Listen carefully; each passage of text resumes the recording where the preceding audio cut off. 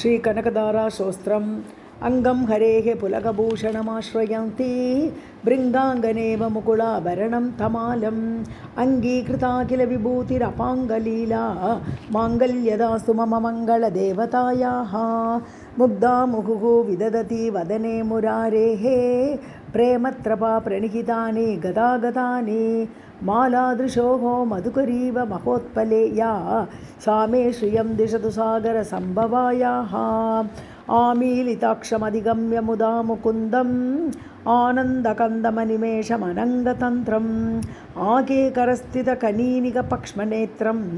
बुद्ध्यैव वेन्मम भुजङ्गशयाङ्गनायाः बह्वन्तरे मधुजितश्रितकौस्तुभेया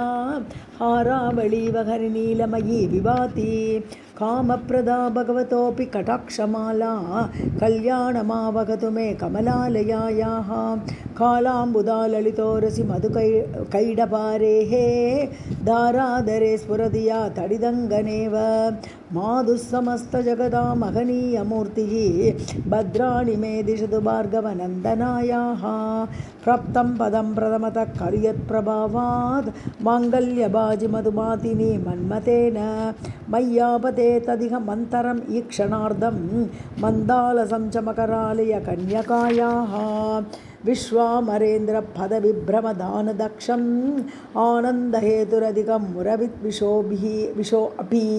ईक्षन्निषीदतु मयि क्षणम् ईक्षणार्धम् इन्दीवरोदरसहोदरमिन्दिरायाः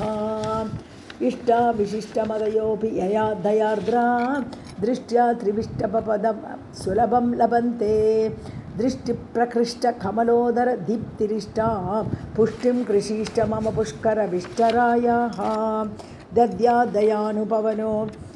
द्रविणाम्बुदाराम् अस्मिन्न किञ्जन विहङ्गशिशौ विषण्णे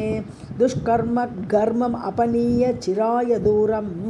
नारायणप्रणयिनी नयनाम्बुवाहः गीर्देवदेदी गरुडध्वजसुन्दरीति शाकम्भरीति शशिशेखरवल्लभेति सृष्टिस्थितिप्रलयकेलिषु संस्थितायै तस्यै नमस्त्रिभुवनैकगुरोस्तरुण्यै श्रुत्यै नमोऽस्तु शुभकर्मफलप्रसूद्यै रद्यै नमोऽस्तु रमणीयगुणार्णवायै शक्त्यै नमोऽस्तु शतपत्रनिकेतनायै पुष्ट्यै नमोऽस्तु पुरुषोत्तमवल्लभायै नमोऽस्तु नाळीकनिबाननायै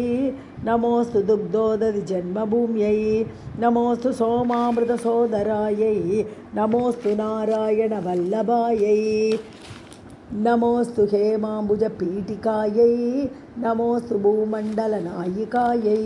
नमोऽस्तु देवादिदयापरायै नमोऽस्तु शार्ङ्गायुधवल्लभायै नमोऽस्तु देव्यै भृगुनन्दनायै नमोऽस्तु विष्णोरुरसिस्थितायै नमोऽस्तु लक्ष्मै कमलालयायै नमोऽस्तु दामोदरवल्लभायै नमोऽस्तु कान्त्यै कमलेक्षणायै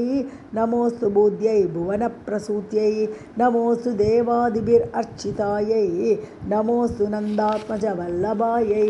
सम्पत्कराणि सकलेन्द्रियनन्दनानि साम्राज्यदानि विभवानि सरोरुहाक्षि त्वद्वन्दनानि दुर्दाहरणोद्यदानि मामेव मातरनिशं कलयन्तु मान्ये यत्कटाक्षसमुपासनाविधिः सेवकस्य सकलार्थसम्पदः संतनोति वचनाङ्गमानसैः त्वामुरारिहृदयेश्वरीं भजे सरसिजनिलये सरोजहस्ते धवलतमांशुकगन्धमाल्यशोभे भगवति हरिवल्लभे मनोज्ञे त्रिभुवनभूतिकरि प्रसीद मह्यं दिग्हस्तिभिः कनककुम्भमुखावसृष्ट स्वर्वाहिनी विमलचारु जलप्लुताङ्गी प्रातर्नमामि जगतां जननीम् अशेष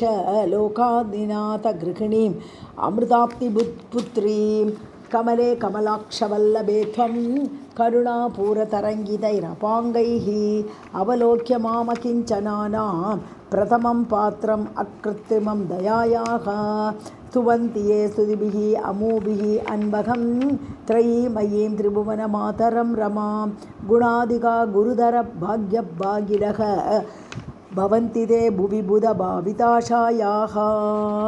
इति श्रीमच्छङ्कराचार्यकृत श्रीकनकदारास्तोत्रं सम्पूर्णम्।